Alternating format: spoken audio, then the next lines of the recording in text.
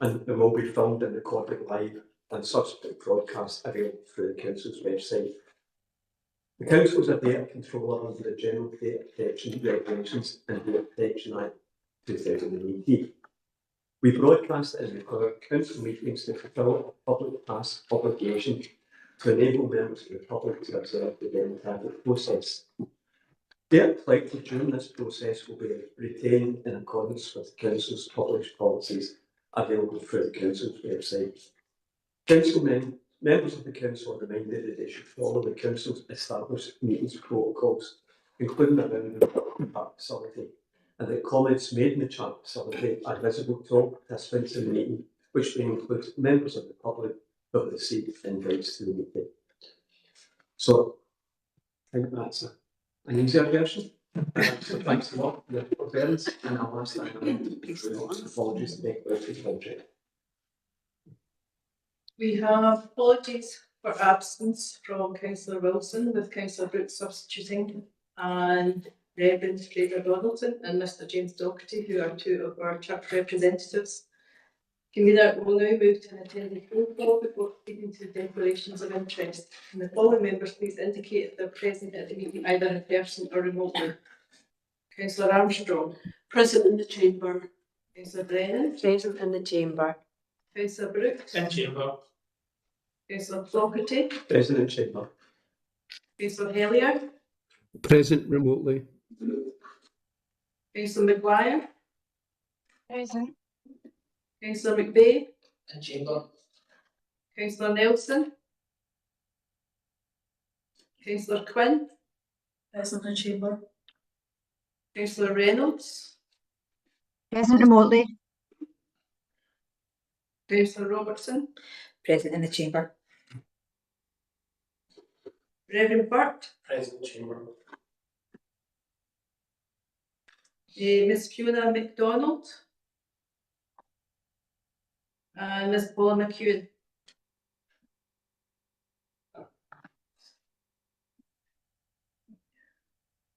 She was there. Oh, it was on. No, she is. I can see that Paul has joined the call. Sorry, I've been in and out like the dusty bluebells. I'm here online. Thank you, Paul. Now, can we go to agenda item number 9 and it's Declaration. Oh, sorry, declarations of interest. Oh, are there any declarations of interest? Sorry, And Fiona MacDonald's just joined the meeting. Are there any further declarations of interest on this third part of the meeting? Yes, thanks, Convener. I want to declare a connection to item 18, update to school transport policy, as one of the council nominated members of the IBCSS board, which obviously does a lot of the school transport. But I've read the report, and I think in this context I don't have any conflict of interest with proposing the name. Thank you. Elizabeth? And me on what agenda item 15. I couldn't pick the paper there, sorry. I am a member of the Parent Council and a parent, therefore, at Cliveview Academy. So just wanted to declare that, but I do intend to stay in the room. Thank you. Any further? So, thanks for that. Thanks for keeping me in the right track. Sandra, give me your hand up. Yes, just to declare, I'm also a member of the Parent Council at Cliveview Academy. But like Elizabeth, I don't think it bars me from taking part if necessary. Thanks. Okay, thanks, Sandra. So with that, that's all declarations done. Again, can I welcome Lindsay Kelly from St Francis along today for agenda item number 9. What I'm going to do is I'll let Michael introduce it, and then Lindsay can give us any remarks that you wish. Right. So through you, Convener, this is a report on the outcome of the Education Scotland inspection at St Francis Primary School, which was in September, which feels like a while ago now. But the Scottish Committee have been able to bring the report to me since its publication in November. This was a short inspection model carried out focusing on a few quality indicators. And at section 1.4 from the overview letter were the 4 key strengths that were shared as part of the inspection report. I'm pleased to note the very positive start that Lindsay has made to her headship, given that she was appointed and started in January of 2024, and was short in post, 2 terms in post before she faced her first inspection of the school. Pros and cons. It's never a good time. So delighted to note that positive start and the fact that she's able to support by her leadership team. And there are some other very positive elements of the other key strengths, particularly around the way that staff are working with the children, the relationships that have been noted throughout the report. And obviously at 1.5, there are areas for improvement that have been noted. There are 3 of those, which link across to the evaluations of the school at 4.2 in the report. So in a short model, there are 2 quality indicators that are looked at, as well as the 3.3 safeguarding child protection is looked at as part of the process. Those are quality learning teaching at 2.3, that's the quality indicator number, not the paragraph of the report, and 3.2, which is rating attainment and achievement. So in the school, the evaluations were both satisfactory, and in nurse class, both the evaluations were good. Certainly as a service and in conjunction with working with Lindsay in preparation for the inspection and having done some quality assurance work with the school prior to this, they validated our self-evaluation through this process. And subsequently, pre-inspection and post-inspection, there is a package of support in place and an action plan, particularly to address the 2 areas in the school rated satisfactory. And as noted in the report, the education officer of the school, as well as other colleagues from the education service, are working with Lindsay and the team to make progress on those areas. I meet with Lindsay and Adam Stevenson, who's also on the call for an item later on, but can speak to this if required on a regular basis to review the progress of that action plan and the progress that has been made thus far towards achieving an overall evaluation of at least good or better going forwards. So I'll not take questions for now, so what I'd like to do is invite Lindsay to say a few words about the inspection report, and then at Lindsay's spoken, we're going to have to take questions. Thank you, Michael. Lindsay? Thank you. Through you, convener, good afternoon, and thank you to everybody this afternoon for the opportunity to speak to you all following our short model inspection in September. Having been in the role of head teacher at St Francis for 12 months now, I'm in the very fortunate position of having both an authority review and an HMIE inspection, which gives me a very clear mandate for moving forward. I completely concur with the report, which identified real strengths for us, as well as specific areas for improvement, and this also validated the local authorities review, which took place in term 3 last session. I am delighted that the inspection team recognised and highlighted the enthusiasm of our staff team in St Francis, and the fact that our staff showed enthusiasm and energy for improving experiences for our learners. We are very proud of the ethos within St Francis and the caring and nurturing environment that the inspection team identified in their findings. I was particularly pleased that the team commented on how proud our learners are of their school. As a staff, we are very aware of the social, cultural and economic context of our school community, and I'm very sensitive to this. Since the inspection, we have developed a strong action plan to account for their feedback and their recommendations, and have already made moves to begin addressing development areas. I am confident that with the staff's desire and enthusiasm in improving outcomes for learners, with the children's continued enthusiasm for learning, as well as the backing and support of our education department, we will move from satisfactory to good. As you know, we were assessed as satisfactory in both learning and teaching and raising attainment. I was really pleased that our recent work refreshing our vision, values and aims was acknowledged as underpinning the work that we do. Our new values was a piece of work completed in conjunction with our families, our partners and our communities, with our learners' views at the heart. And this has resulted in a piece of work that our learners and I am very proud of, as the report identified, that underpins everything that we do. The majority of our learners have achieved or are on track to achieve expected levels in literacy and numeracy, and the report did indicate that a minority of learners are capable of making greater progress. We need to develop approaches to planning, to checking progress and plan next steps. Myself and our deputy head teacher are currently looking outwards at different ways of working to bring to the right solution to our school. We were beginning to address it in individual progress this session with training on our data dashboard and tracking the progress of learners on an individual level. And as we develop our approaches to monitoring and tracking progress, our priority is now to use this information more effectively to inform the planning of learning, teaching and assessment, leading to more positive outcomes for our learners.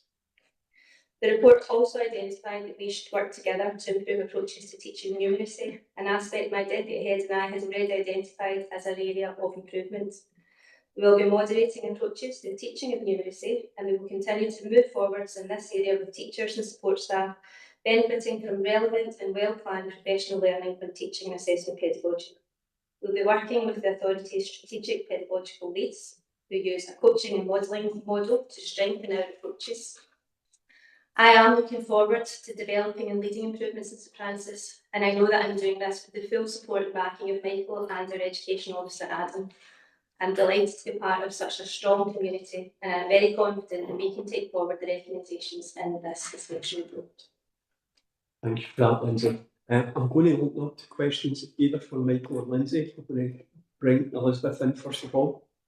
Elizabeth. Thanks very much, Camilla, and it's lovely to meet you. And I guess you're a year in post now, so that's just 12 months now. That's Yes. it, there you go. So there we are.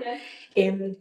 I think it's probably a very honest report that you've had, and it's particularly so if, as Michael says, it validates what has internally been kind of considered in terms of the school anyway. And I think the honesty here is that there's an acknowledgement that there's an improvement journey and you're on an improvement journey, and I think that comes across really clearly, not only from the report but from what you've said this afternoon. I'm comforted by the last paragraph that we've got in the covering report before the recommendations, where it's saying that Education Scotland are going to do a follow-up. I think if they had concerns, they have the option to do that, and so I'm comforted by the fact that they're not making that choice. But I'm also aware that puts you at the vagaries. I'm leading up to a question to Michael. They inspect that this is at the kind of behest of the normal inspection regime, which could take years. So I'm wondering what communication we're going to get as a committee to know about the milestones that St Francis is going on with the improvement journey that they're on. Michael and Scotland. Michael. Yeah, so through you, convener, as you're probably aware, we have a very robust and rigorous process of external validation from the authority in our schools, and so every 3 years currently we are going in to do what we call peer review. However, you'll know that every single school has to report on its standards and quality on an annual basis. So what Lindsay will do with input from the local authority, and we will give feedback on that standards and quality report before it goes to be published to parents and wider community around about September time. So that would be a key place that we would report the overall position of the school going forwards on an annual basis. And head teachers are encouraged to quote from inspection reports, external validations such as our peer review reports in those standards and quality reports. You're absolutely right, it's a ringing endorsement. I think that's like the first bullet point in the report is about Lindsay's leadership, of her ability and capability after such a short time in post. And we will continue to work, as I've said, with Lindsay to ensure that progress is being made, in the hope that potentially she and the staff may feel that they're in a position through self-evaluation to stay by the end of this academic year that they're good, and if not, that they're very clear as to where they now need to do further work. That would be the main mechanism for reporting this back to the wider community as opposed to coming to committee. That's really helpful. Thank you. Francesca. Thanks, convener. Yeah, thanks very much for coming along and sharing the story of not one, but I suppose almost 2 inspections that you've had in your time here. So I think, like you've said in your summary, that I think there are some real positives that the inspection highlighted about the qualities we'd want to see in a school. That's great that they found that as well. And I think really reassured by what you're saying about the the action plan that, you know, after it being identified that some of the young people could be making greater progress in terms of, especially in terms of numeracy, that you're on it and you're making that happen. I think just I'm quite interested to say, as you said, you'd had the local authority review and then hot on the heels of that inspection. I think it would be interesting, I'm not sure if it's yourself, Lindsay, or yourself, Michael, to say a wee bit about what support the local authority review coming gave you in terms of preparing for the inspection, because I think it's a really good process, and I just think like, what do you feel there were key things coming from the local authority review that made the inspection even less of a a prospect for you than it might have been? Lindsay? So yes, I was only in post for 6 weeks when the local authority review took place, which was actually no, it was just but it gave me a very good grounding and a great knowledge of the school really quickly. That report then gave us an action plan for the last term, essentially, which myself, Adam and Michael met regularly to update and make sure we're moving in the right direction. We had made really good progress and moves on 1.3 and 3.1, which weren't assessed with their short model. And had they been assessed, we might have seen progress there. I would have liked to think we would have seen progress there. I'll let Michael explain himself.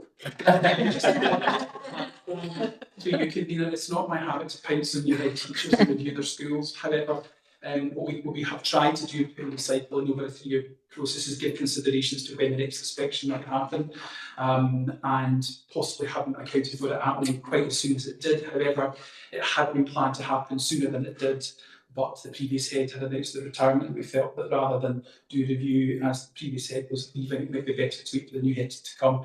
We did give the option to wait, just you said. Always blame the head. Thanks very much. Thank you. Is there any other question? Tommy, you want to? Yes, thank you, Convener. Lindsay, thanks very much for the job you do. It's can be a quite a good job. You're in the post for a short time, and I think in most organisations it's probably more important than yourself.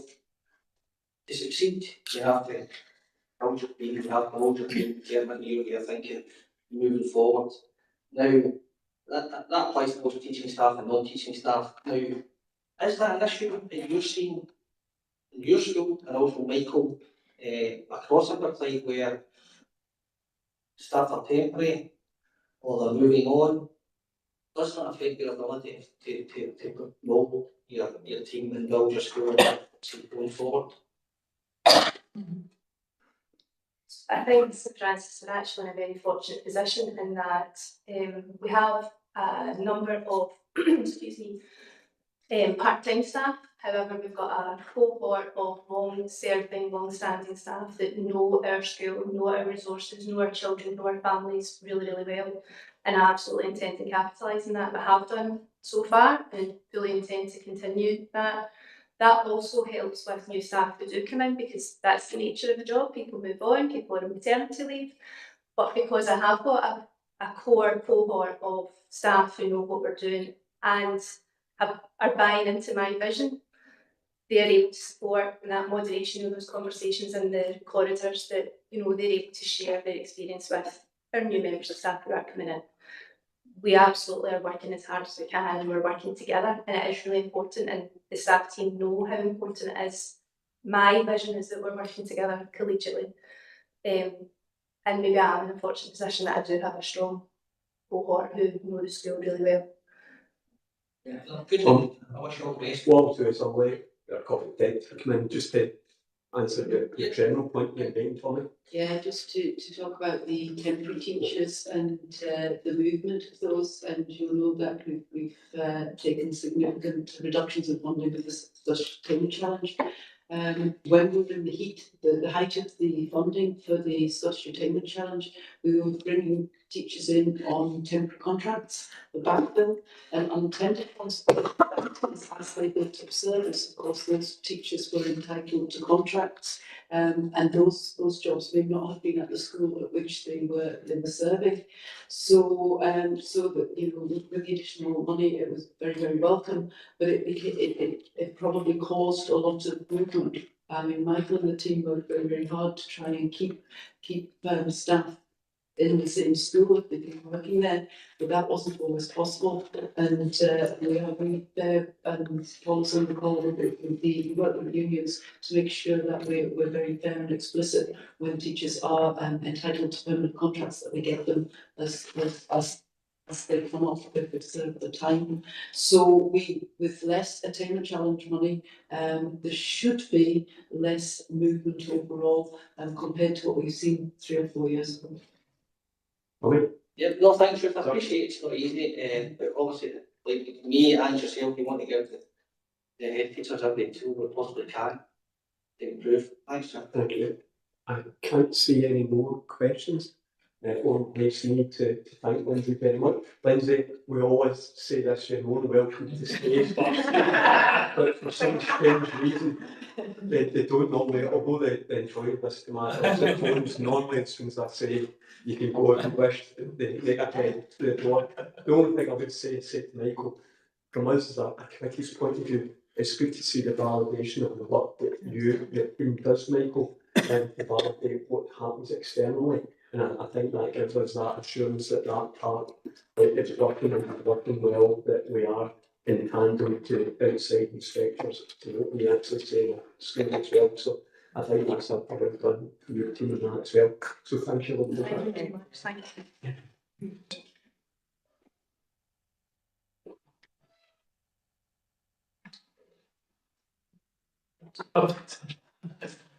So with that in mind, it's time to move on to agenda item number 10, which is our revenue budget update, and Ian will take us through that and then open up questions. Thanks, Convener. So this is the education revenue budget report for financial year 24-25. The revenue budget is currently 112.3 million, and the latest projection is an overspend of 39,000, or 0.03% of the total budget. And that's a decrease in overspend of 335,000 since the last committee.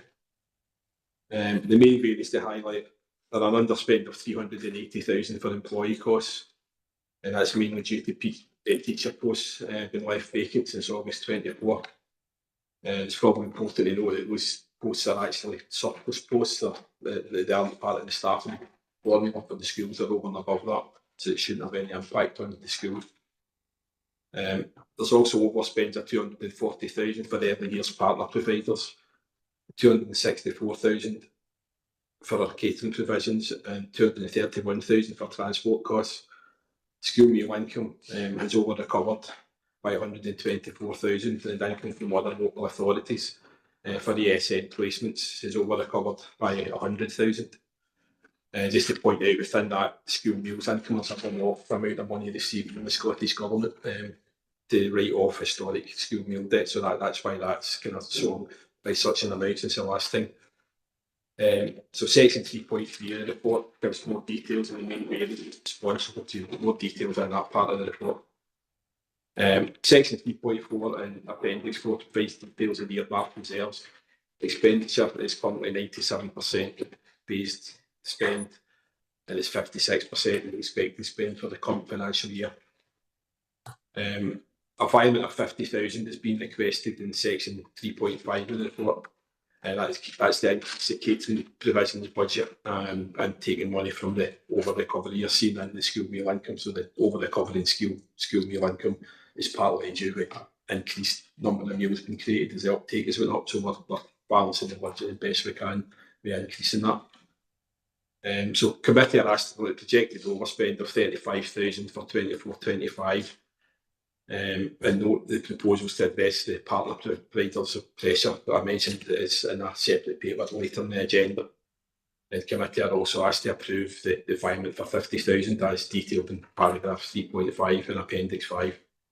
and I'm happy to take any questions. Thanks for that. You said the writer's paper is later on the agenda, but what I managed to do, and also thanks for the briefing on the school meals. I thought that was very helpful for anybody who managed along to that. I'll open up to questions with Pam first of all. Thank you, convener. You said exactly what I was going to say. I'm just going to say how useful I found the briefing on the catering situation, and you know, and the knock on, which seems obvious. Well, now it's been pointed out. It's been pointed out to me that, you know, that our success in universal provision in primary is leading to a greater take up in secondary. We can only imagine that that's going to continue.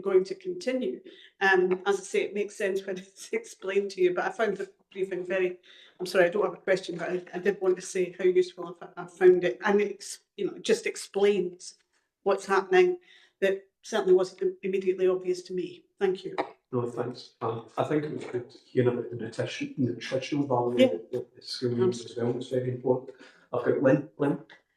Yeah, thanks. No, I echo that. It was useful to have that discussion.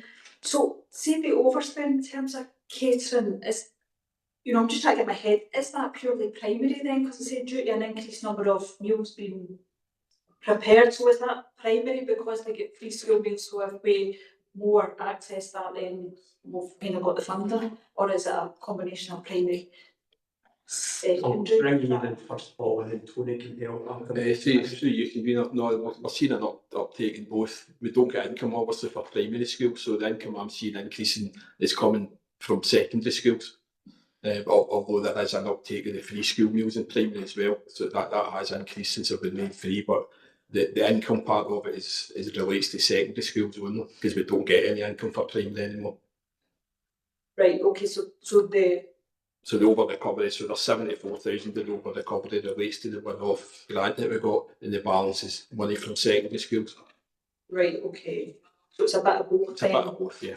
Because I can understand the primary, the more, because it's free, the more they. But we don't see the income from primary. Yeah. So in terms of secondary then, because I mean it's a different model, isn't it? Because you're preparing them and then selling them, it's different. So I can understand why there'll be an overspend, because you kind of predict, assuming we got the budget at the start of the year, we kind of predicted how many would access primary meals, and if there's more, then that's the problem, because we, you know, if they're accessing, we need to provide it. So I can see we've got control over that. So just in terms of the secondary app, is the pre-order going to help that, because we'll not be making more than what we sell? You know what I'll do is I'll bring Tony in first of all to maybe give an overall picture there.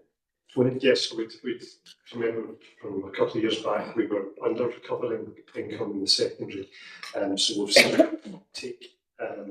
So there are more people choosing a meal. It's difficult to show in the secondary a meal because it's a transaction really that they're making, because some of our older children decide to have things at break, for example. So we have to go in transactions, but we are seeing more people, you know, buying things from our secondaries because the offer is better now, and that's what I'm hoping that we continue with the pre-order, because what we should hopefully see is that as young people get what they've asked for, they will be encouraged to stay for a meal because it's responding to what they need, and eventually that we will start to see the income increase, and we'll also for making to order, we should see a reduction in waste as well, so that the kitchens are actually cooking what people have ordered rather than what the catering managers think they might want. So yeah, I'm hoping over time that we'll start to see that increase. So I'm just trying, so that's a it's quite complex because just for the secondary, that's what we're hoping to see, and we're starting to see that. And as Ian said, there is more income coming in now, so we're able to offset provisions costs by income coming in from both the one-off for primary, but actually the secondary income is contributing now to bring down that overspend.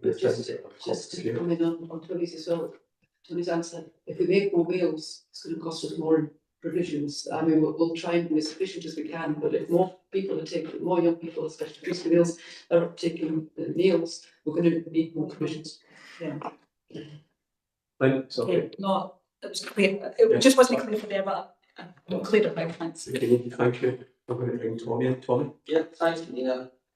I have to say, it's good to see that the level of overspending has reduced quite significantly, and I'm sure a lot of hard work's gone into that, Nina. We have had issues with overspending in the past, and I know it's getting addressed elsewhere in the papers, and also part of the budget. So, pay apart, I'm just looking for some reassurances that we're entering over the next couple of years of more stability overall, and I know we can't have 100% guarantees for the director. I'm just looking for some assurance that things are now stabilising and we've addressed some of the issues we've had in recent years. Thank you. Okay, and that's including the transport and the ASN. So there are expected overspends, for instance, the ASN transport. I think one of the issues for us is the fact that at the moment we can't necessarily control that spend, and that's why we're doing a review to look at what we would expect to see. What I would say is that, and we'll talk to this in the paper coming up, where we have funding for the child, for instance, with early years, and parents making choices, we will see people making different choices between either private providers or council providers. So there could be swings one way or the other. But overall in the budget, there's no more extra children, so we should have stability there. What we will be looking at is the teachers, and you'll see that the significant difference, a relatively small amount of vacancies in teachers, when you project that forward, can make to our budget. So, and that's why we've worked, we've worked across the whole budget to manage the spend. But there are some known knowns, but also some unknown knowns. Just an American theme.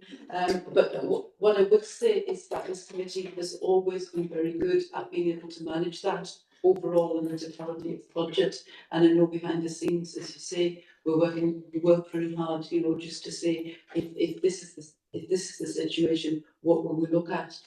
You will know that turnover can be an issue for any committee. You can have lots of people leave and you can get turnover, or especially with some of our staff in the PSAs, we haven't made our turnover, so we have to accommodate that other ways. So yes, we're working very hard to control spend within which we can. But it would be an empty promise if I said that we wouldn't see some swings again, especially when we're at the beginning of a year and we're looking at our staffing. It could go either way, it could be under or overspend, but we do work very hard to manage that. Thank you. Tom, is that okay? Yeah, it's fine, thanks. Any other questions? Can't see any other questions. Can we agree the paper, including the environment that was requested? Thank you. Can we move to the education programme report? We have Eddie on the right. Eddie? Yep, thanks, convener. It's the usual capital programme progress report, and it covers predominantly all the life cycle activity across the estate, which is where all the focus is over the last year or two. Again, not much change from the previous reports committee. We are well through the current financial year's life cycle programme, both in our own estate and across the PPP estate, including all the other elements of the plan, such as the artificial pitches and the active panel refresh. Nothing really to add to the report. We're reporting acceleration of £1 million, and I'm happy to answer any questions. Thank you, Eddie. There's still an awful lot of work being done in the schools. I'll open up questions from members. Can't see it in the room and nothing online. I think this is the first time we've ever had a capital programme report without a question, Eddie, so thanks very much. Along to, I'm quickly moving along before somebody gets away. We move along to agenda item number 12, which is the update report that Michael starts off on that. Michael? So through you, convener, a relatively short update report this time, however there's still a lot in it. I won't necessarily speak to all of this, but there's obviously a few key items that you want to talk to. At 3.1, we are starting with reporting on two recent key inspection outcomes, one at Blairmore Early Learning Centre and the other at Newmark Nursery School. The inspection at Blairmore took place on the 18th of September. As you know, these are unannounced visits with Education Scotland. And across the 4 quality indicators reviewed, 3 were identified as being adequate, and 1, how good is our leadership, being identified as good. And not dissimilar to what we were referring to earlier on in the committee in respect of St Francis, as a result of the indicators being less than good. There is now a thorough plan in place that's being scrutinised on a 4 to 6 weekly basis with myself and Yvonne, who's the head of the policy manager and the head of early years, to assure ourselves that progress has been made to get the service back to an overall rating of good, which we fully expect Blairmore to do ahead of what will be the follow-up inspection, which will happen approximately 1 year from this inspection, which will be October of this year. So plans are underway to move things forward at Blairmore. The second report is from York Nursery School. You'll know from another item later on the agenda that Hazel Mitchell, the head there, is retiring at Easter. I kid you not, the day of this inspection, I was having one of my last pastoral visits with her, and she was surmising, as along with me, would they ever come? And the next day she wanted to say, "We'll not believe it's in my building," and they were here.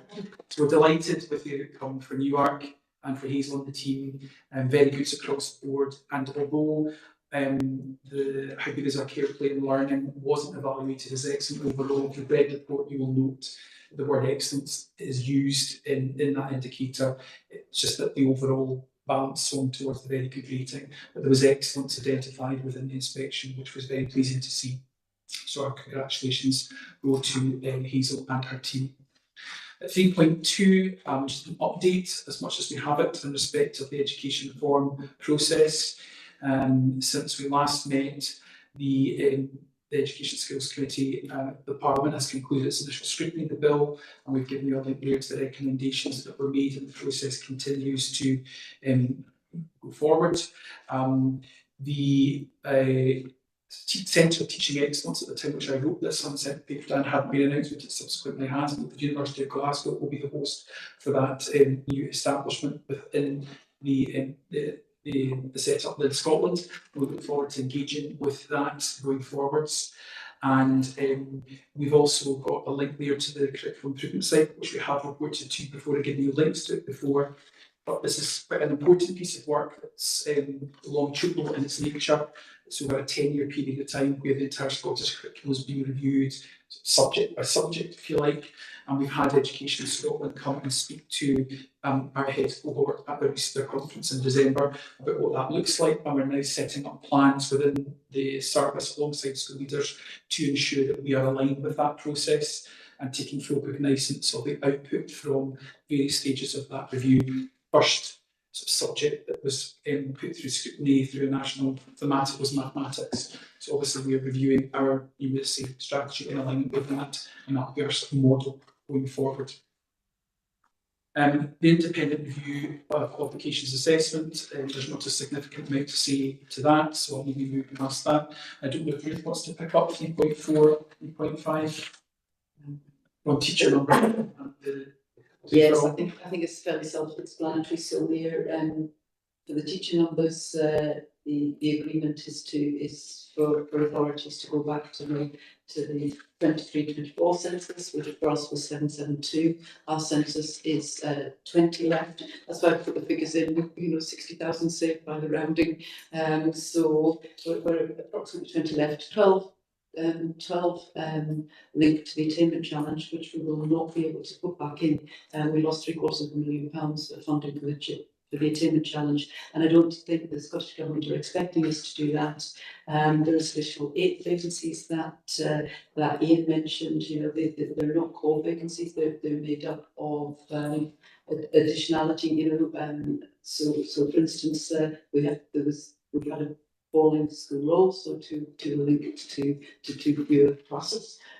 We also had vacancies in Gallup, and so those those 8 are not critical for the delivery of education, but it will be meant to see what happens with those 8 and whether or not the mitigations we put forward will be accepted by the Scottish Government, and we know that plays into the budget process. On the play for all out of school and holiday care, this is particularly to let you know about a challenge we had about how we allocate places, and this is particularly it's an issue linked to the out of school and after school care at Brigmalloch, and the access to that, especially during the summertime if you don't attend the after school care. So we had a challenge on that. And actually, we agreed that it was a good challenge because actually there was an unfairness in the system. So we're going back out with those specific parents to see if there's a way we can compare any allocation of places across the summer and the term time places. That's we do think we need to do an overall review of the summer provision and working with parents to find out what they want and how we can best meet that. But that will be a longer term project. So this is particularly to look at one specific problem about the banding criteria. And Michael's happy to take any questions. And I think that's this, so I'm going to open it to questions. I've got Elizabeth first. Elizabeth. Thanks. A very quick question about teacher numbers and then a comment and question about the play for all, if that's okay. The question on teacher numbers is just, we've obviously put the mitigations in for the 8 members of, well, you know, the discrepancy, I suppose. Do we have a timescale when we expect to hear back from them?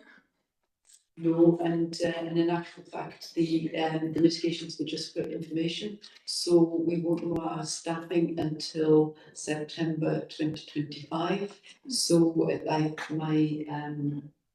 would envisage that we will be working with the Scottish Government at that point.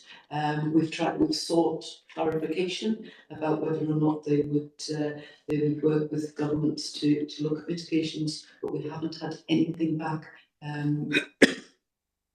to say yea or no. So that makes the budget process harder next year. Okay. Okay, that there aren't really any words for that, to be honest. Okay, play for all. I think the words are, it is what it is. They're made. Okay. Thank you. We really welcome the consultation on play for all. Really welcome. We've done a lot of work as a group by the group of ASN parents locally, and it's just become. This is my analysis, it's not something that they've specifically said, but just that we spend a lot of money on provision, it doesn't seem to be making anybody very happy. So having an opportunity to change that and consult on it again is really, really welcome. I think we've kind of expressed to each other, at least to bring it to this chamber and to this committee, that there is such a contrast, a disparity between what happens for mainstream children in the summer and what happens for children with additional support needs who are arguably far, far more vulnerable and have far, far fewer choices in terms of what their families can do. So again, a consultation that gets to the heart of that and helps to make things better is really, really welcome. That's my comment. The wee question that I've got is really just, obviously Ruth has alluded to the fact that this is a long term or a long term piece of work, and we completely understand that. But I'm just wondering what about this summer? What's the plan for this summer? So I think if the priorities, and I see one's on the call, the reason we've gone out just now is because it could change what we're offering this summer, particularly, but only to clear the people who are involved with the Craigmalloch out of school and childcare. So there's it's always difficult, risk assessing and making sure we have a safe and well-staffed provision, and that has to be absolutely the forefront of our minds. So Yvonne will keep me right, but I think if we're looking at the priorities, we would be looking at offering the out of the summer club on the new priorities, but I'll check my understanding of that with Yvonne. And so we're obviously at the moment the consultation is out to parents for the out of school care and the holiday care, and that's currently the criteria for parents in employment training or training for employment, and the uphill the complaint that was made was around about the banding of that. So we're really looking at what that banding looks like, and how we can look at adjusting that really so that it's more fair and equitable for parents over that summer period. So it will affect that for the summer holidays in relation to the out of school care and the holiday care, because from that feedback we intend to take that and then adjust the priority banding for what that will look like in July. Currently it kind of sways towards parents that are already using the service. And we've been very clear to communicate through this consultation to parents, what criteria do they feel would be fair and equitable in relation to ensuring that as many children can get access as possible. And it may well be that there's not a priority for parents who already attend, depending on the consultation feedback. Ruth, you want to come back about the general? So the general, specifically for this provision, it could well mean that more young people are able to access the childcare provision. The play scheme, we still have the same resource to look at that. There's no additional resource going in for the summer. If we look at the childcare, the more people accessing the service could well mean that some people who were absent in the service won't get it over the summer as well. So it's not straightforward. There's only so many places that the provision can be registered for. Okay, I think you put it to me as just now we give a Rolls Royce service to a very small amount of people, and what we're trying to do is be more equitable, especially in Marlock and small population. But I think that the general question, we've had discussions in this committee at numerous times regarding the play schools and what we do with young people during the summer holidays and what we offer them. And we know a lot of the issues that arise are still issues now. How to get trained staff there, how to get staff that are going to be doing it, and how to be funded. And I suppose that's still the questions that we've got outstanding even after this, Ruth. Absolutely, and that's what we are going to have a look at. And to be careful, there's two provisions here. One that is all year, so it's easier to staff. The other one that is just the holiday provision is much more difficult to staff because we're relying on temporary staff, and that's where we need to make sure it's safe and responsible. Okay, can we agree the paper? Thank you. Can we move along to quite nicely, and that is like common consultation regarding the leadership of your nursery school. Michael. So through you convener, the purpose of this report is to update committee on the outcome of the pre-consultation process relating to the future leadership model at Muir Nursery School. We got permission to do this consultation earlier in the year. So we carried out a pre-formal consultation process with stakeholders regarding this during November and December. As you know, as I've referred to already, the reason for this happening is that the head teacher is retiring in April, giving us an opportunity to review the leadership options going forward. The pre-consultation process allowed us to engage with key stakeholders linked to the school to hear their thoughts about the leadership model going forward. And 1.6 consultation had 3 options that were put to the stakeholders as part of the consultation. One was it remain as a school on its own right with a head teacher, or that the provision becomes a nursery class and is amalgamated with under the leadership of Newark Primary School, or that the school remains an establishment its own right but it changes entity status to an early learning centre. There were no proposals to change the early years offer itself, i.e. from 3 to 5 years old. So in considering fully the feedback that was received from stakeholders during the process, It's clear from the feedback at 3.10 that the overall percentage of people that wanted New York to stay as an entity in its own right was high in the majority. And it's true that most people did opt for the school to remain as a school. That's what the largest number of respondents felt that what they wanted. However, there was a significant number that also wanted the option of a separate entity as an early learning centre. Given our experience as officers and our knowledge of the challenges in recruiting head teachers, particularly a head teacher of a nursery school, officers are recommending that the option that we take forward to the formal consultation process is that we retain New York as a separate entity, but that it becomes an early learning centre.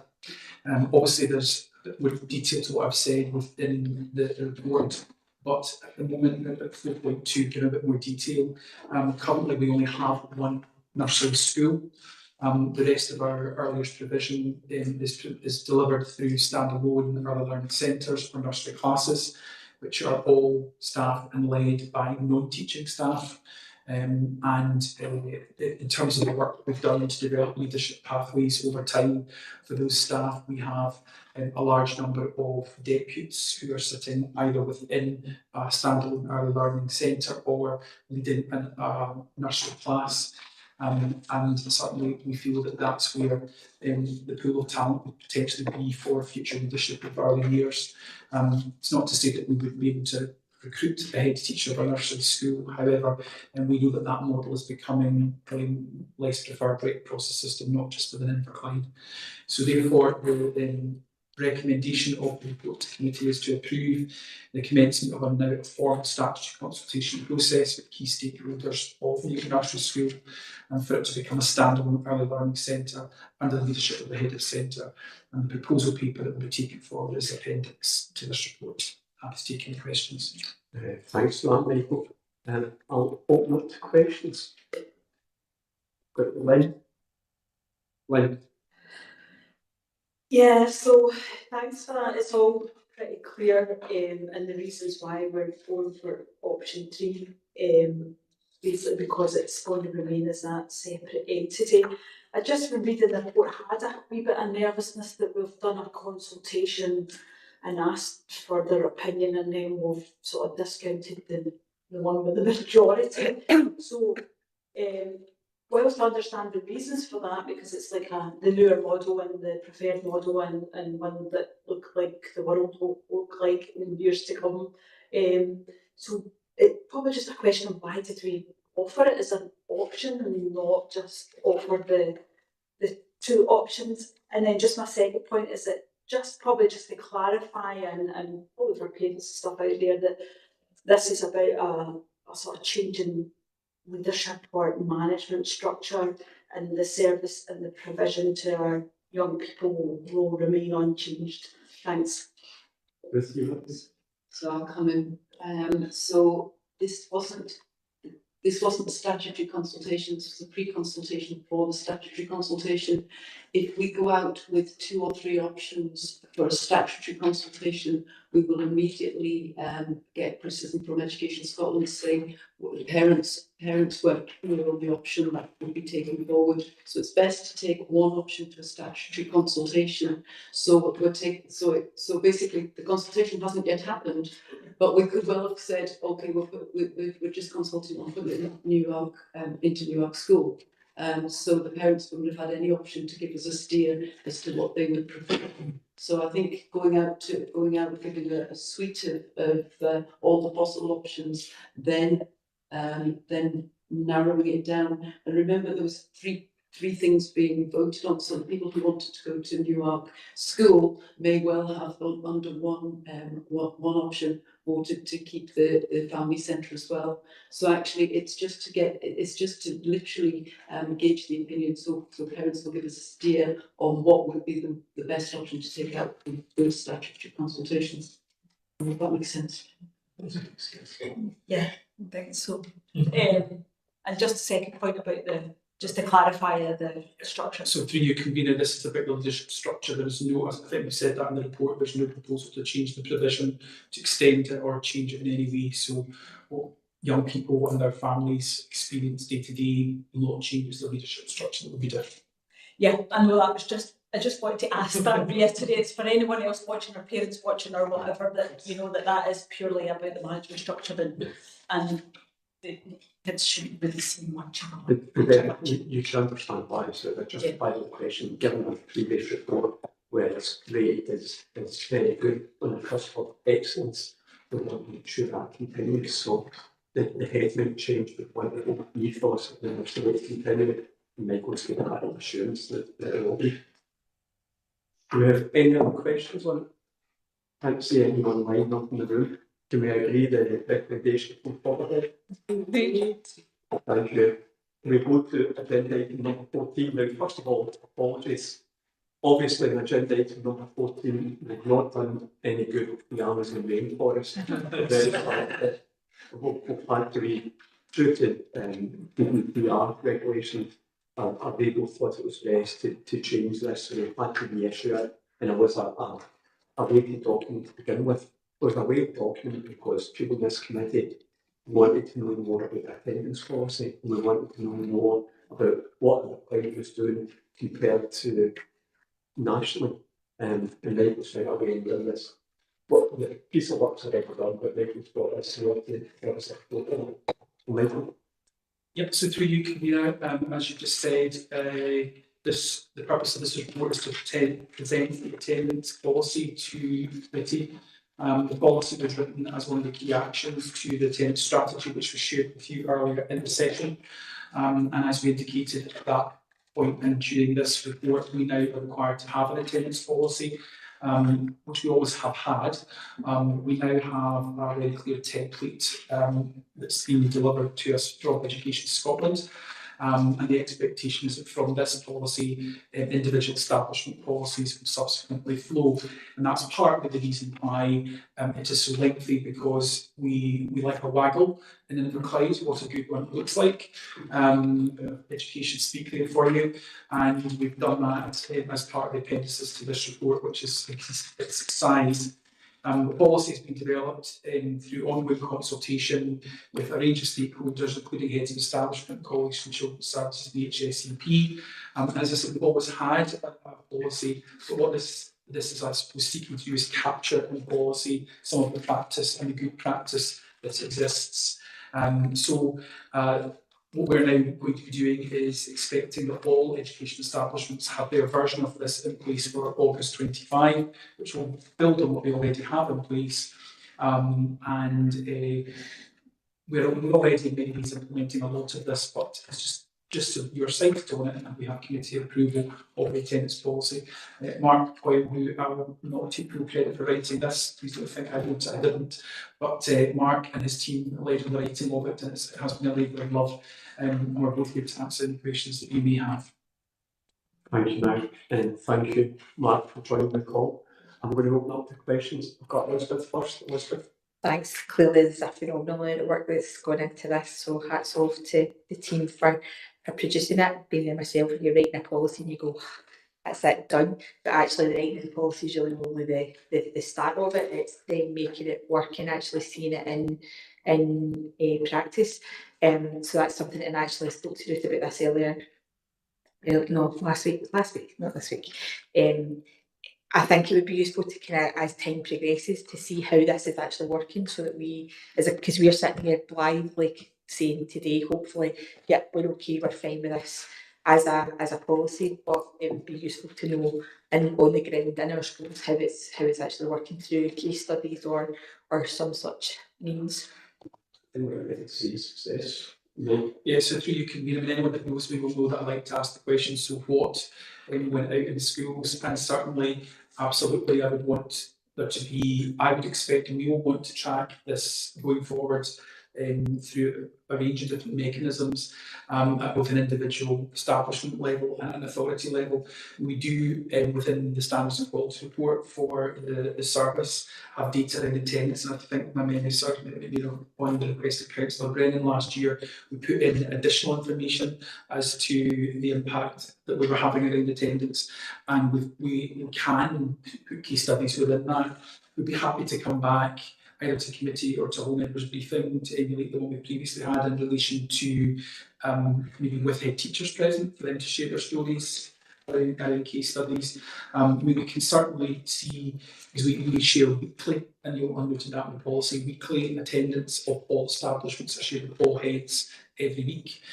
The latest iteration out today, so and there's a dashboard sitting in there so they can analyse at group level, year group level, their own data. So we're very data rich. And certainly in some establishments when we're doing that data set also gives you year-on-year comparison. We can see that in year on year we are nudging forward, we are getting forward. I think it's difficult with attendance at authority level to see significant jumps of 5%, for example.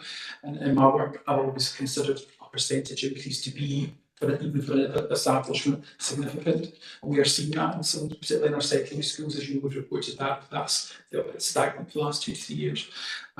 So we're working incredibly hard to not only track attendance and monitor it and respond to it, but think strategically about it. We've talked about that concept of pool to school, that work continues as well alongside this. But hopefully, absolutely, we want to see that improvement and that impact. Sorry. Is that okay? Yeah. Thank you. I think definitely in terms of how we look at our performance in terms of attendance, we've got the different context that you've spoken about, but the thing I can see from the policy, what I want to see making a difference in just to emphasise it, is just the kind of change in process and practice that kind of need to, we can look at performance, we can see what the figures are, but you want to know that the way things are working in schools on a day-to-day basis is being changed and evolved as well. So thank you, thanks for that. I was only going to add also that paper later on with regard to the senior phase curriculum. So that's, I suppose that's what Michael's thought about the pool to school. We're making sure that especially the senior phase of school as well. So I'll bring mine in Professor.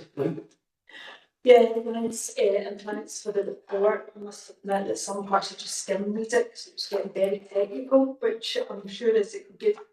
Those that need to know are grateful for that detail.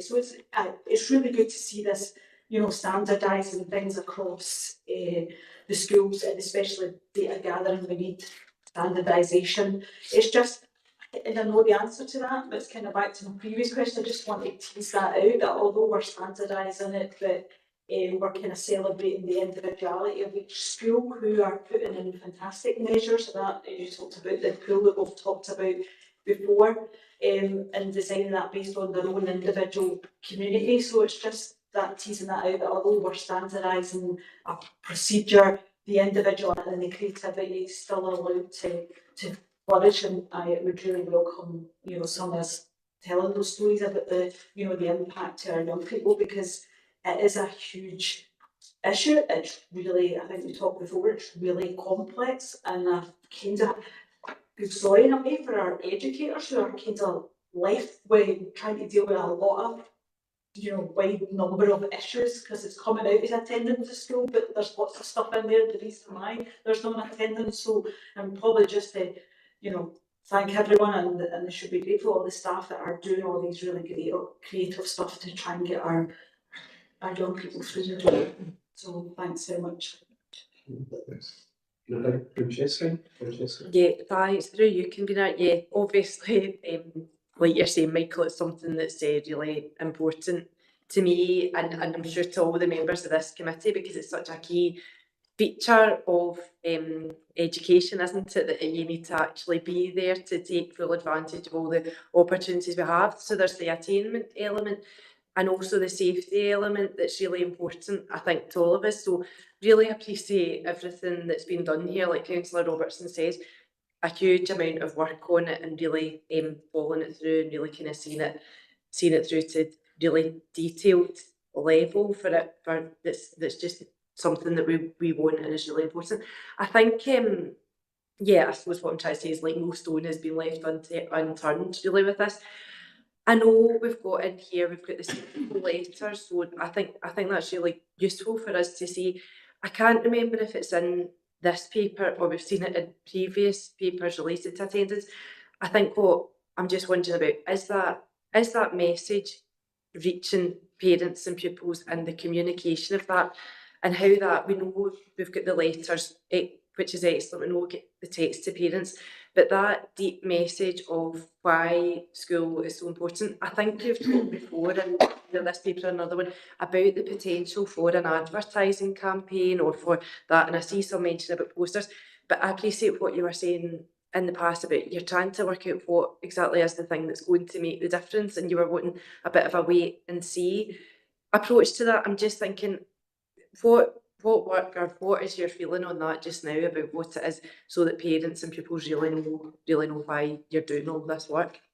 Thanks. So through you, convener, I think what you're referring to, Councillor Brennan, is that when we presented the strategy to you early in the year, there's mention within the strategy of looking at a communication campaign, if you like, in attendance, and a couple of local authorities have taken a lead on that. So South Ayrshire being one, and we've met with South Ayrshire colleagues to hear about the thinking, the rationale, the actual work they've done, what would that actually look like, and more importantly, what impact is it having?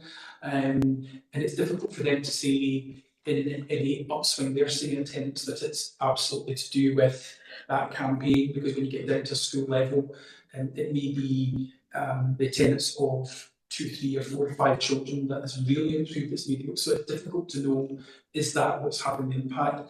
I think at the moment, I mean, there was cost to some of that campaign, and there were things within it that we felt potentially we could do at minimal cost to look at communication, but ultimately I think most of our establishments are regularly communicating high-level messages through various communication means to parents and families. I think for me, the most important thing is, even if you have a campaign such as that, or there's general information going out, it's still about how do we get to communicate and have that relationship with the most vulnerable families, where parents of the children is a concern, and build those relationships away from the communication, if you like. I mean, it's that form of personal communication and very bespoke, solution-focused approaches to trying to understand what could we do. And I think the policy does promote and expect that process to be happening. Yeah, it does exactly like you say, that bespoke and really targeted and granular level, sorry to use that expression. I think it's very much there and visible in it. No, that's great. I think I was just thinking, even if like colleagues, for example, in Police Scotland had social media campaigns or things like, do you know where your young person is tonight? And it'd be interesting to hear how successful necessarily they thought they were for a kind of higher level thing. But I appreciate what you're saying, the schools are really getting right into the detail with those relationships. Yeah, no, that's great. Thanks, Michael. Okay. Don't see anybody else in the room. Don't see anybody online. Do we agree the paper? Agreed. Thank you. We move on to the next agenda item, which is future of additional support needs specialist provision. So through you, convener, this is a work to committee with an update in many ways on future requirements of ESN provision from August 2025 and beyond. And within the report, we'll get to the recommendations to ask for agreement to establish a consultation relating to the introduction of the ESA provision at Clydeview Academy. Just as an overall opening statement to this report, there's an increasing level of need that I think we're all acutely aware of amongst our learners, which does require support from specialist teaching within specialist provisions. And as a result, the number of places required in the current specialist provisions that we have is increasing for August 2025, requiring the service to increase places at Craigmile and All Saints Communication and Language Base. Stella Maris, which is the language communication provision at Notre Dame, has also increased its capacity in previous academic years. And I think we're getting to that point within the current provisions that we have that we are maxed.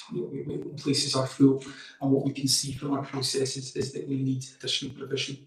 And so we, as well as increasing the provisions, the places within some of the existing provisions that we have, we feel now that we need to propose to introduce a new second provision, in particular, Clydeview Academy.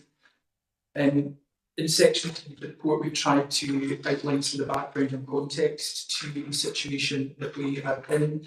And certainly at 3.4, it would be fair to say that over the last 4 years, the service has gradually had to increase capacity within the existing specialist provision, particularly at Craigmarloch, by looking at the current footprint of the school to identify ways to create new learning spaces. And if you remember, way back to the inception of the Onesery, the joint nursery primary one provision that we opened a number of years ago, was actually as a response to trying to increase capacity even at that stage. And so you can see through referrals into at 3.6 our additional support needs monitoring forum, which is the mechanism for granting places to specialist resource, that we are going to face a situation come August where we don't have enough capacity. So this report seeks to bring solutions to you in the proposal section 4. An initial options appraisal has been carried out by officers to identify what the best options are for August 2025, and that process has identified 3 points at 4.1, which is to extend the capacity at Craigmarloch School on the current site by seeking options to create a new learning space within the campus, including the Enterprise Centre, and this is to meet that increasing number. We also will open a 5th class at the language seats ahead of carrying out further options appraisal and possible consultation with a view to open a second CLB within the primary estate for August 26. We feel at the moment we can meet the level of need within the primary sector of young children that needs the CLB type provision for August 25 by extending the capacity at all sites of the room to do that within the current estate there. And the third option is to open a secondary provision similar to Stelmaris at Clyde. So work is now underway with the School Estates Programme Board, and we'll walk around at Craigmarloch with Eddie's team tomorrow to progress work to identify solutions to increase that provision. And as well as this, work is also underway to identify the impact that the increased number of learners attending the settings will also have on the ASN transport budget, which as we know is under significant pressure given we stated earlier on. And further work is also underway to identify the level of need beyond August 2025, looking to see what we can identify as being a level of need for August 2026. Are we now seeing in August 25 this is the maximum number we would potentially have? Is it a bulge, if you like? We've had that before at Craigmarloch a number of years ago. We had a particularly large cohort meeting the provision and then numbers reduced.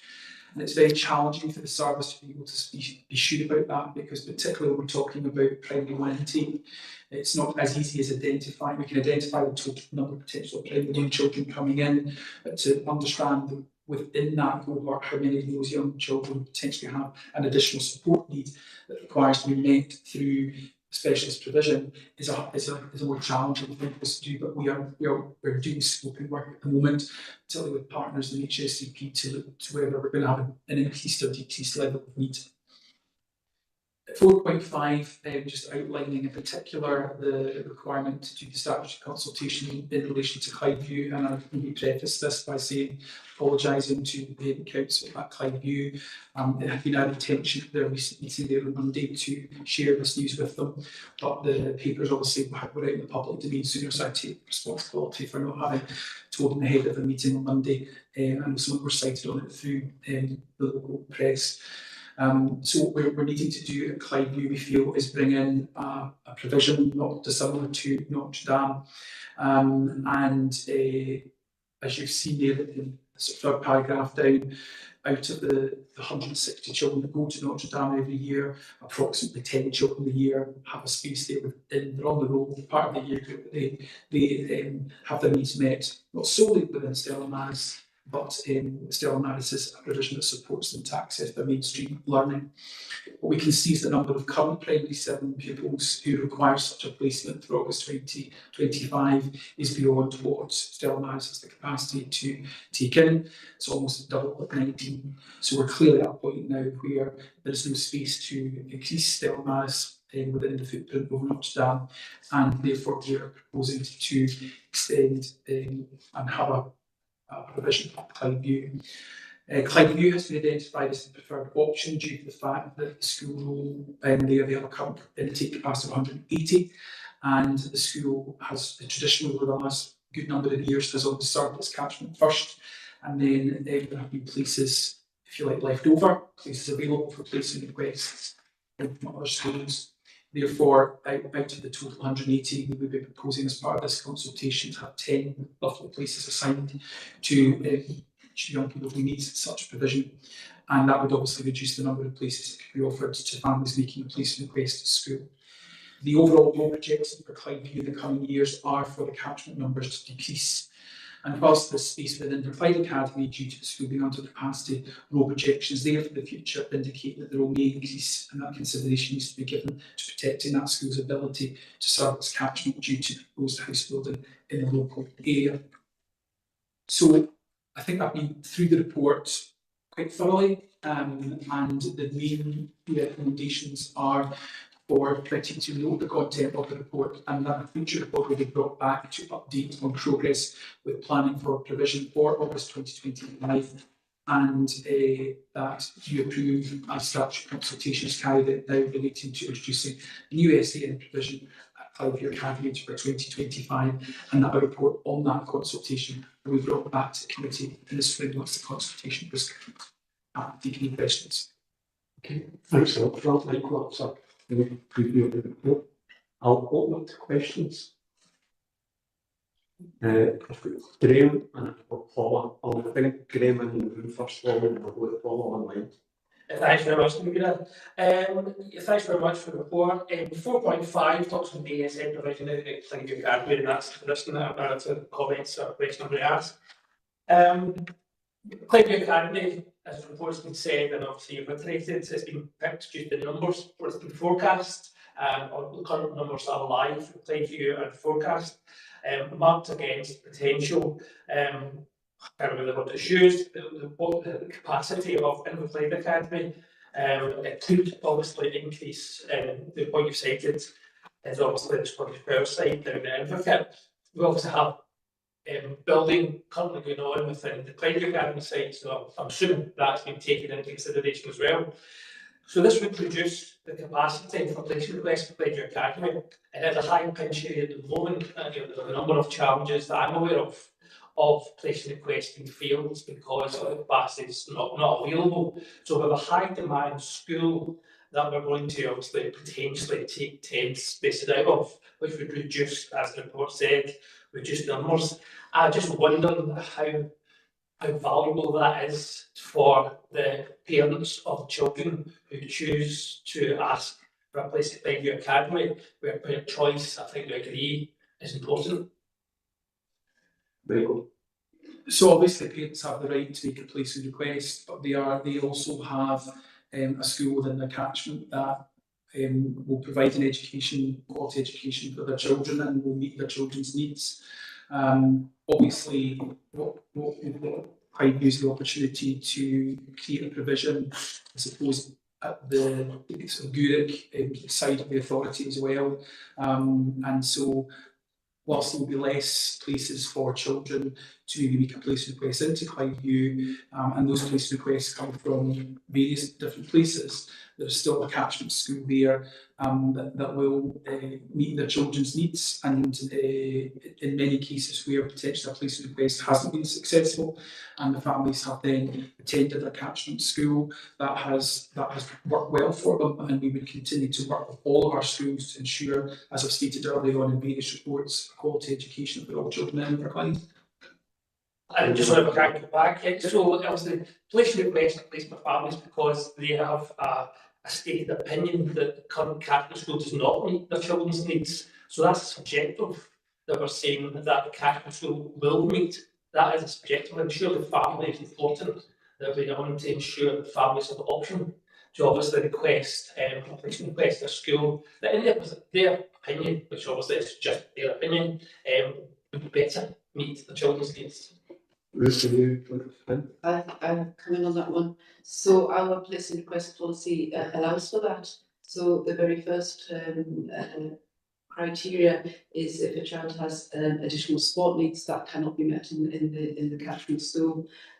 So beyond that, our stance is that all schools meet the needs of young people. Where you live should, your community school should meet the needs of you should be able to access education within the community in which you live, and that would be the Education Authority stance on that. Of course, there is parental options.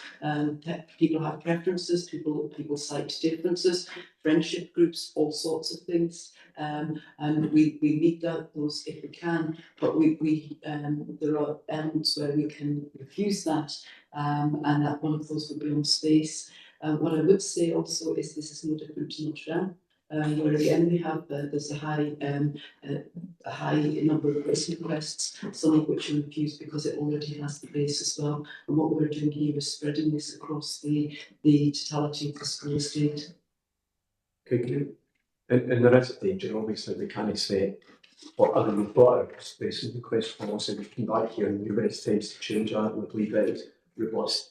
We can't do policy in the back of place who requests either.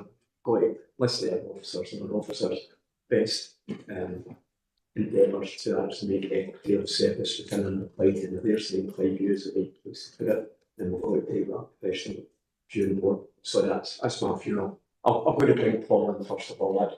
Sorry, Michael. No, it's not at all. So you can be that responsibility. We also have a statutory responsibility to provide to meet obviously all learners' needs, but particularly young people with ESN. And what we're seeing across the country is an increased number of local authorities being taken to the ESN tribunal for quite costly out of authority placements where they're not able to meet the needs. The danger here is that cannot meet the level of needs within Inverclyde. We may face that challenge, and that could well, and we've reported this to committee before, mean that we are facing a situation where we're having children placed in costly out of authority placements. Thanks, Michael. I'm going to bring Paula in first of all. Paula? Thanks, convener. Absolutely welcome this additional capacity coming in across our existing ESN provision. It means that we can get it right for those children and young people who will access the services, but it also means that we're alleviating what would have been a potential pressure on our mainstream settings.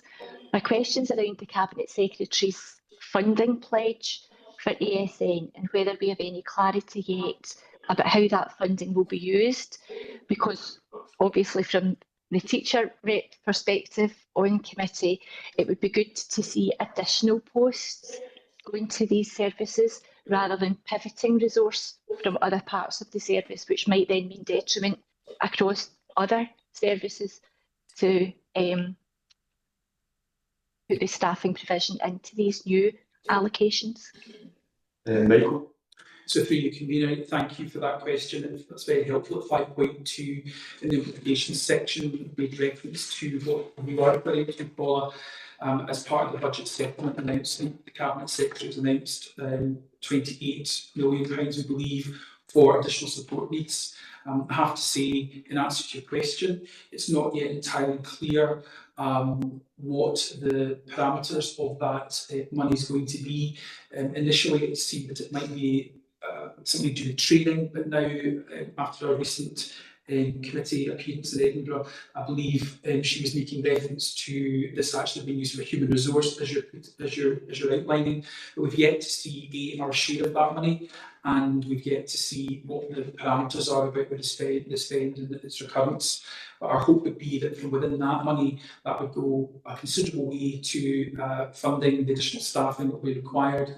But we can also see ways within the core staffing that we currently have of how we could realign our staffing to be able to put what's required into these new provisions. Paul, is that okay for you? Yeah, that's grand. Obviously, I will voice again the hope that this goes to additional capacity in terms of staffing rather than pivoting resource. Thank you. Thanks, Paula. I'm going to bring Elizabeth in. Elizabeth. Thanks. I've two comments and a question, if that's all right. So the first comment is actually privileged, the reaction to Graham's comments, really. From an inclusion point of view, I think it's really important if we do go out to consultation on this that we there's a core fact here that we're not removing places. There's 180 children who will still be educated in S1 in Cliveview Academy at the end of this process. It's just that we're going to be meeting the needs of an increasing cohort of children across our authority whose needs are perhaps not currently being met.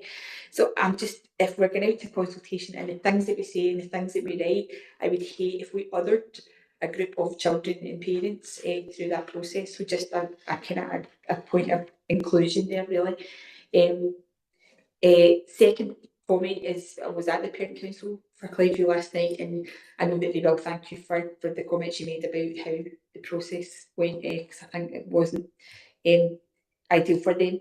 I know they've got loads of questions, they've got hundreds of questions, and they are keen for the consultation to happen. There was not a dissenting voice. Nobody said no, this shouldn't go out to consultation. So that was great to hear. But I know there'll be an opportunity for people to attend meetings and things to be able to ask the questions that they've got. And if the question that I've got is actually about if, and I'm preempting that we will say that the consultation can go ahead. There was a request last night to Cliveview Parent Council, or to Cliveview School, sorry, that they put the consultation onto Parent Portal, which is fine for Cliveview, but I know that we'll want to consult much wider than that. We'll want to consult with, for the primaries, all the primaries, other secondaries that are going to be affected, catchment-wise, etc. And I'm just wondering if we can maybe do an authority level, putting it on Parent Portal, because it is a really good way to communicate out to parents. So, there you go. Yeah, through you, convener, the consultation document, which is an appendix, outlines who the stakeholders are that we will consult with, and the consultation link will go out to all parents at Cliveview as well as all parents that are affected across the authority, and we'll continue to promote that throughout the consultation period. And you'll also note that there is a date in the diary. 11th, get this wrong. The 11th. There's so many dates. Where we will be there to have consultation meeting people who wish to attend. Sorry, can I just come back in? There was no question about who was going to get consulted. It's just they're asking for the specific means of Parent Portal because they're finding that easier to access than a generic email. So. Yeah, absolutely. Through you convener, it'll go out from the centre, but the school, I'll ensure that the school take that action. Thank you. Lynn? Yeah, thanks. I just thought, probably make a comment. Sorry, Liam, on the back of your comment. I'm just trying to think through. So obviously I represent Gourock. So just now, our young people in Gourock, if they need to access additional support needs that's specific, then they're travelling outside their catchment area to access Notre Dame. So it's a kind of, well, not a placement request, but actually to provide that in their own community. It's not a set of children sitting away separate from everyone else. They are our young people within our community. So I'm glad that the young people of Gourock, and it's not just Gourock, it's the West region, has a school within their catchment area which will provide probably, a better working partner for parents and everyone else that needs to get there, and potentially reduce transport costs because there are so many within the catchment area. We don't have that problem. So I think it was just to point that out that we're providing. So I'm glad within our catchment area we've got a provision that clearly is needed and it's been highlighted. And probably the question is a great start, but do we foresee that requirement might actually increase, and we might need to take further steps in providing that extra support over the years? Thanks. So through you convener, that's what the report indicates, that we are trying to now scope ahead beyond August 25, and possibly easier to maybe see that within the primary estate in terms of the number of young people that may be on that pathway or that trajectory. But we will bring a report back on what our numbers are indicating. The challenge is that, I suppose, with some young people, primary 5 or primary 6, it may be that through that constantly graduated response, the planning that's going in, the needs can be met in the mainstream setting. So it's very difficult to say that they're absolutely certain by the time they get to secondary they will require this. I mean, we're able to, we get referrals from secondary schools, so it's not all about you can only go into Stella Maris or the provision at Clyview at the start. Although the concept here is we start with this one, we grow through. So it's but getting a handle on that is something we want to ensure that we bring back to committee. Okay, thank you. And I suppose it goes back to the very first question that Tommy asked about budgets. It's the known unknowns. So this is one of the known unknowns. We know that it's going to be, but don't exactly know in a minute. Francesca? Just thanks, convener. Just really briefly, I suppose it's just to say thanks to everyone involved in this piece of work.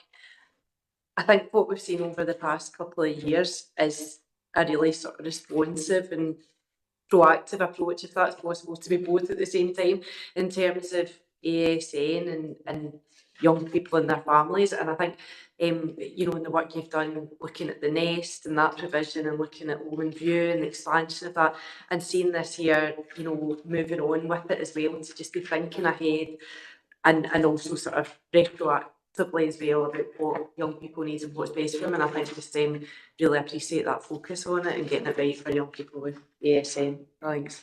Thank you. I think that's everyone. Can we agree with you? Agree. Thanks, Michael. Can we move on to agenda item number 16, something we touched upon earlier on in committee, and that's the early years backlog providers oversight. And Ruth, you're going to start us off on this? Yes, so this is referring to the £230,000 overspend that Ian mentioned in his report. And apologies, in 1.3 there's a typo. It says 60,000 for the budget pressures. It's actually only 35,000 for the budget pressures. Perhaps reflects some of the negotiations going on in the background with this. So, and again, talking about swings, you know, when 1140 first came in, and we were looking at the allocation of early years places, this would have been a budget that consistently had an underspend against the provision. The funding model has changed for how we get how we're funded for 1140, and certainly budgets in this area are a lot tighter. There's also the funding follows the child, so if a parent requests to go to a partner provider or a council provision, then we fund those places. So this is £230,000 overspend linked to changes in the division between private providers and council providers. So what we are looking at is that we will delete 3.43 FTE vacancies to give us a saving of 125,000. That's identified in 4.1. We are using the delayed start that the committee took a decision on for 2 years we're going to approximately £70,000, and we're going to ask corporate so PNR through the corporate pressure budget, council through the corporate pressure budget for £35,000. Happy to take any questions from that. Going to open up to any questions. I can't see any questions. Can we agree the paper? Agree. Thank you. Then something that I touched upon earlier on, it's the update in senior-based curriculum consultation. Is it Adam or was yourself? I'll just, through you, can also briefly introduce this, so that we came to committee earlier in the year to seek permission to take forward this consultation regarding senior-based curriculum, which I've alluded to. What we're trying to do here is be as agile as we can in the evolution of curriculum design in order to better meet the needs of our young people. So I'm going to hand over now to Adam, who led on this and give you a report on the outcome of that consultation. Welcome, Adam. It's over to you. Thanks, convener. So as Michael introduced, the purpose of the report is to update the Education and Communities Committee on the senior phase curriculum consultation that was undertaken recently. Following the committee on the 9th of September, a consultation was undertaken with stakeholders to gather views on making the senior phase curriculum more flexible to suit the individual learner pathways. of pupils in S4 to S6, and the consultation ran from the 21st of October to the 6th of December. We received 651 responses from stakeholders. Copy of the questions that were asked is included as Appendix 1, and an overview of the responses received is included in Appendix 2, and the responses are also summarised across sections 3.1 to 3.9. The majority of the respondents felt that having a more flexible approach to the senior phase would have a positive impact on young people leaving school. 89% felt that this would have a positive impact on those who leave school at the end of S4, and 88% felt that this would have a positive impact for those choosing to leave at the end of S5 or S6. When asked about the approach taken in S4, where pupils generally select 6 subjects to study, 55% of respondents felt that this was not the correct approach to take. On further analysis of the comments made, a number of the respondents who selected that it was the correct approach to take currently, on further analysis, these respondents then went on to say that it had a negative impact by reducing the choice that pupils had. So in fact, the majority was tipped further if those responses were counted as no, as potentially misunderstanding the question that was being asked. The general consensus is that a more flexible approach to the senior phase curriculum would be welcome. Feedback from stakeholders has highlighted that this will better prepare young people for life post-school at the point they choose to leave school. There are opportunities to make sure that young people's options remain open by adjusting the option structure in S4 to give a wider range of choice. At the same time, across S4 to S6, there are opportunities to provide more opportunities to work with partners to ensure that the needs of the individuals can be catered for. This could include more opportunities for work-based learning and vocational study, and we're particularly interested in capitalising on the regeneration projects that are available with contractors that are going to be working in Inverclyde and who are offering opportunities through the social values. We do have considerations to make from comments that were made from the stakeholders relating to stress and workload on young people from any increase to the number of courses taken. We need to look to ensure that sufficient time is available to deliver the courses and consider logistics and equity of opportunity for all young people, no matter what pathways they choose. So the proposals for this report are to amend the SV option structure to allow young people to take up to 7 courses as opposed to 6, and to develop in conjunction with West College Scotland and other partners, including employers and third sector, programmes that will be built into the timetable to allow young people to have more flexibility across S4 to S6. I'm happy to take any questions. Thanks very much, Adam. Would we get anything to add? No, just go straight to questions. Elizabeth's first in. Elizabeth? Elizabeth was scanning the room to see Yes. she didn't have to be first in. Thank you so much for conducting this piece of work, everybody. I think it's really, really helpful. And I think it's a classic example of having done something that wasn't wrong, but over time it evolving and having to become something different. I don't think the way we did things initially with the senior phase was necessarily the wrong thing to do. We thought having fewer subjects was going to get a better yield in terms of a better qualification in each subject, etc. And I think that was largely borne out, but we've now kind of evolved, the system's evolved, the way that learning and teaching has evolved, and this actually is certainly from the conversation. I'm trying to kind of let out my children here, quite frankly, but I'm just gonna, that kind of move from having 6 subjects in S4 to 5 in S5 didn't seem like a very big change, and didn't let them do that, narrowing down or specialising in what they want to do. So I think this is the right thing to do at the right time, having done what we've done previously with a good set of evidence behind it for doing it. So not a question, just some comments, and apologies to Liz and Ewan. I'll bring Lynn in. Yeah, thanks. Probably just to echo there, and obviously as a parent as well, so I'm just going to chuck in because somebody else were over here, just having 3 young people just going through this, where one had to crash at higher but didn't have the NAT5 and was chucked in there, and she was fortunate that she could cope with that, but that's maybe not an option for all our young people, to go straight into a higher because she decided she was going on a career path and she had me pick the subjects in 4th year. So I can see the problem. And then another who had to pick a subject in 5th year and led to having to look at consortium because they're adding that in. So there's probably a question if that potentially will help with the consortium if we have more options within. No, that was just a hope. And also that if you've narrowed your options to 6 and S4, when our young people are still developing what they want to do as a career and they've already pigeonholed themselves.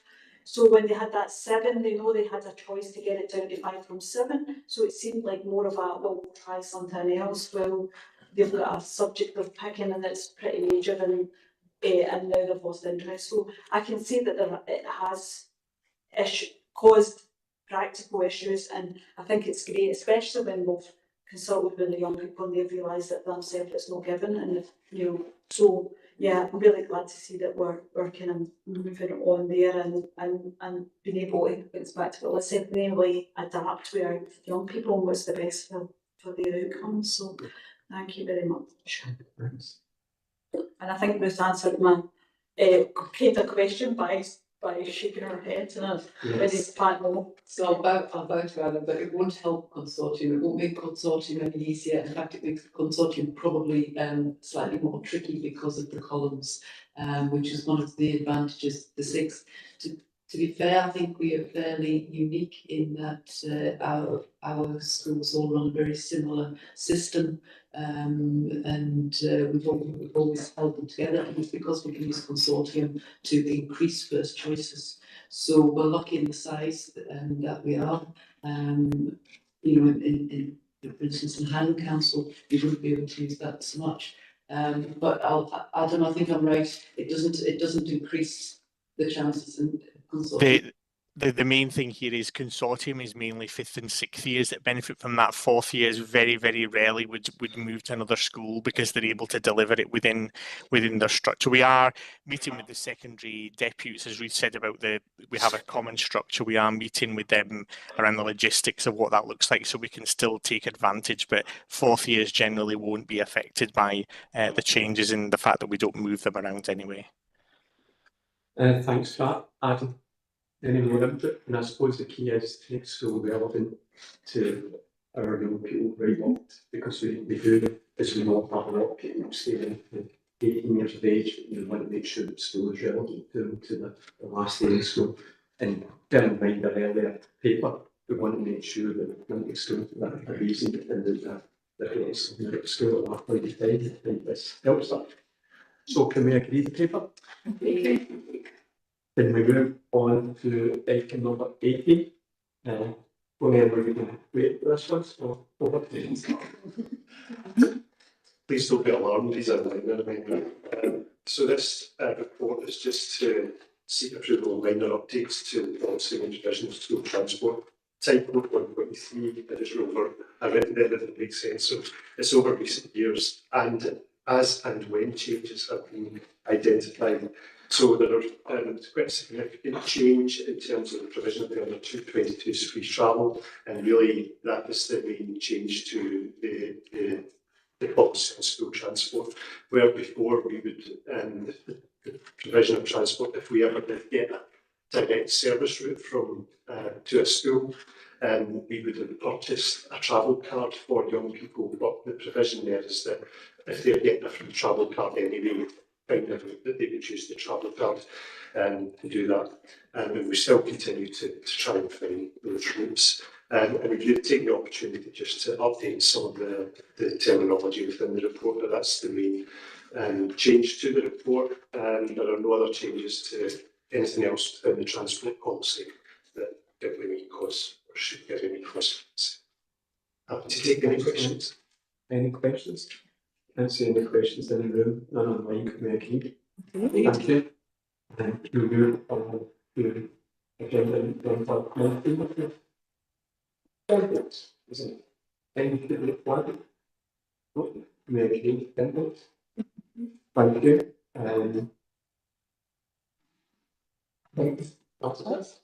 This is an appendix. So, thank you very much for your today. And what